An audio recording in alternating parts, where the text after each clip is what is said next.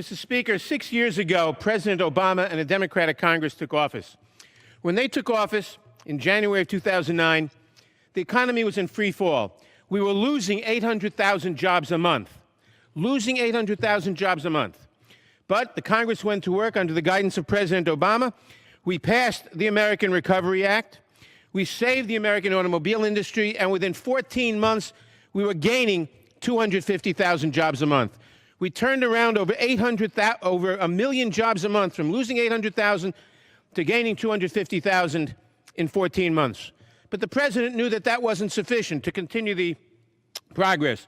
So he proposed the American Jobs Act, and he proposed a major investment in American infrastructure.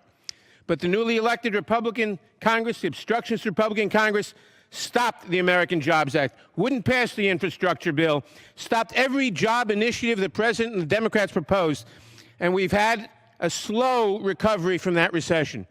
We're gaining about 250,000 jobs a month. It's up a little, and that's good.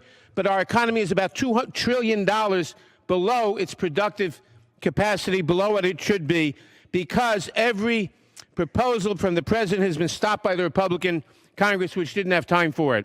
But they had time for other things. We had plenty of time to wait to take 50 votes on repealing the Affordable Care Act at a cost to the taxpayers of about $79 million, to repeat that vote 50 times. We had time for the Republicans to shut down the government. That cost the economy about $24 billion. We had time when the administration knew that the Defense of Marriage Act could not be defended in court. The House of Representatives wasted $3.5 million trying to defend the indefensible in court and lost in front of the Supreme Court. We've had in that time no minimum wage increase, no extended unemployment insurance because it costs too much, no pay equity for women because it costs too much money. But this House has passed $850 billion in unpaid-for tax loopholes for large corporations. Unpaid for. Now they want to waste more money.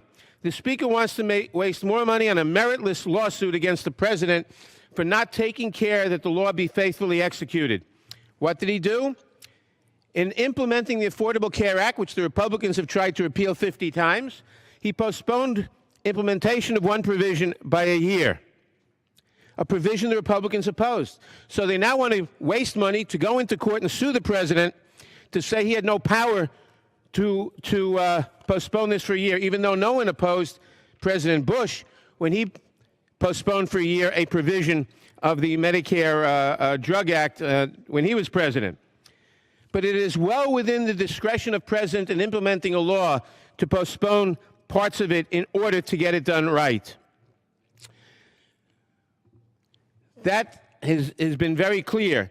And it becomes another question. Let's assume the Republicans went into court and overturned the standing question that Mr. Butterfield talked about, which they will not.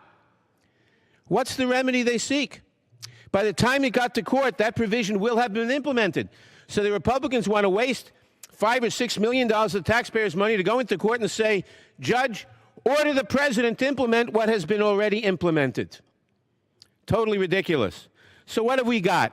We've got a Congress with no highway bill, no minimum wage bill, no unemployment extension bill, no pay equity for women bill, no action on campaign finance reform, no action to reduce the burdens of student loans, no action to make sure that women continue to have access to contraceptive services despite the Supreme Court's Hobby Lobby decisions, no actions on all the emergencies that face the American people, but we're going to waste money on a meritless lawsuit that will go nowhere, but simply will serve the single function of diverting attention from all the real problems the House Republicans want to continue to ignore. That is not a proper use of the taxpayers' money, more wasted money for political purposes, for shame. I yield back.